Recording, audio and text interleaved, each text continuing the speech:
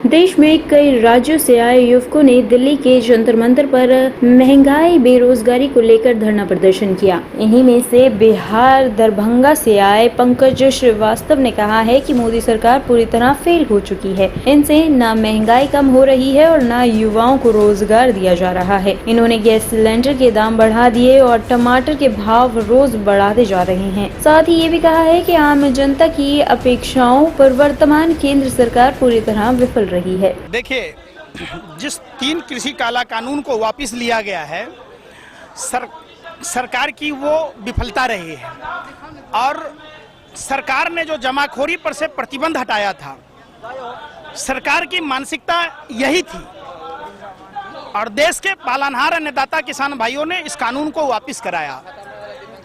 आज जमाखोरी पर कोई भी कार्रवाई नहीं हो रही। जो भाजपा के जो मित्र हैं वो बड़े बड़े स्योल बनाकर मार्केट से सारी सामानों को खेत खलिहानों से खरीद कर अपने यहाँ जमा कर लेती है और उसका कृत्रिम महंगाई होता है। जैसे आप देखिए, पाम ऑयल के आयात पर रोक लगा दी गई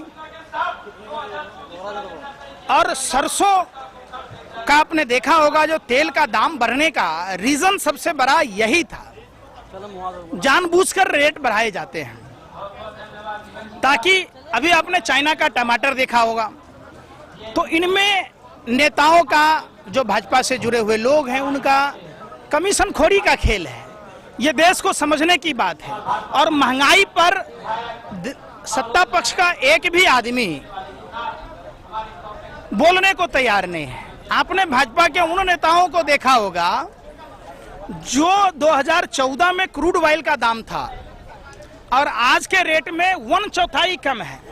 तो कौन लोग हैं जो अभी रूस यूक्रेन युद्ध के कारण जो 1/4 से भी कम में क्रूड ऑयल मिल रहा है, उसका लाभ हम भारतीयों को नहीं मिल रहा है?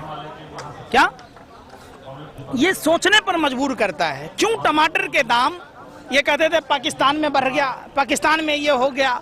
अब भैया हिंदुस्तान में हो गया तो जो गरीब मोहल्लों में टमाटर की बिक्री नहीं करवाते, ये बिक्री कहाँ कराएंगे? शास्त्री भवन, रेल भवन, कहाँ कराएंगे? निर्माण भवन, जहाँ इनके ही लोग अफसर, मंत्री, सेठ, महाजन का गठजोड़ है। क्या आम जनता में क्या हो, इससे सरकार का कोई लेना देना नहीं है।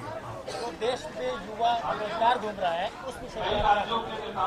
देखिए, मोदी जी जैसे झूठे प्रधानमंत्री के कारण 2 करोड़ युवाओं को रोजगार देना था। 2019 में जो रेलवे में पद वैकेंसियां निकली, पंचवर्षीय योजना बन गया। पंचवर्षीय योजनाओं में जिन लोगों ने कंप्यूटर बेस्ड टेस्ट दिया, फिजिकल दिया, मेडिकल किया, जिनको ज्वाइनिंग लेटर देना था, सरकार नौकरी नहीं दे रही। यही हाल एसएससी जीडी में है, यही हाल आप देखिएगा तमाम डिपार्टमेंटों में जानबूझकर नौकरियां नहीं दे रही।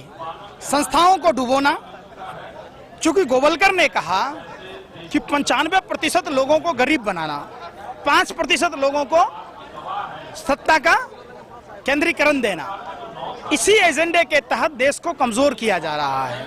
लोगों को जानबूझकर हिंदू मुस्लिम कराया जा रहा है, चूंकि देश बेचने में, देश को लूटने में इनको आसान हो।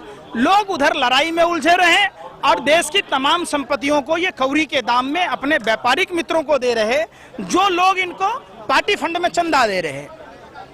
सबसे बड़ा सवाल है, अगर इलेक्टोरल बॉन्ड में जिन जिन लोगों ने पैसे दिए हैं उसको अगर सार्वजनिक कर दिए जाएं तो दूध का दूध, पानी का पानी हो जाएगा।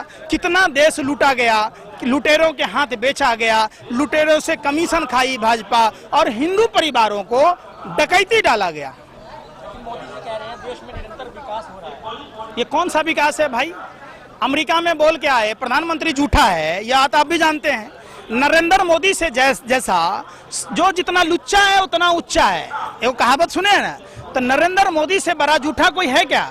अमेरिका में कहते हैं कि हर महीने IIT IIM बन रहा है, इनका मंत्री कहता है, क्या कहता है कि 5 साल में एक भी नहीं खुला।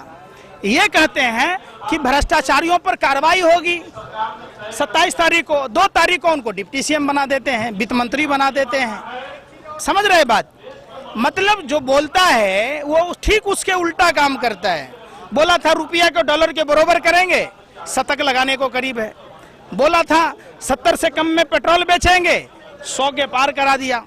बोला था 400 की सिलेंडर 200 में मिलेगी, 1100 से ऊपर कर दिया। तो ठीक उल्टा काम करता है, नहीं समझे, सत्य नहीं बोलता है। मोदी नहीं, मदारी है, झूठ बोलने की इसको पैदाइशी बीमारी है। जिस तरह से विपक्ष एकजुट हो गया है उस विषय पर आप क्या कहेंगे? देखिए, निश्चित तौर पर सुफरा साफ हो जाएगा। जिस तरीके से देश की तमाम राजनीतिक पार्टियां एकत्रित हुई है, ये पार्टियों का चुनाव नहीं है। 2024 का लोकसभा देश बचाने का है और 2024 का चुनाव मौका है। क्या 2024 का जो चुनाव है वो एक तरह का धोखा है, देश बचा लो मौका है। अगर 2024 में पूरा देश एकत्रित होकर दलगत भावनाओं से ऊपर उठकर, अगर आप जाति से ऊपर उठकर अगर देश को नहीं बचा पाते तो निश्चित तौर पर भगवान भरोसे देश। टॉप स्टोरी ब्यूरो के लिए दिल्ली से हेमंत कुमार की रिपोर्ट।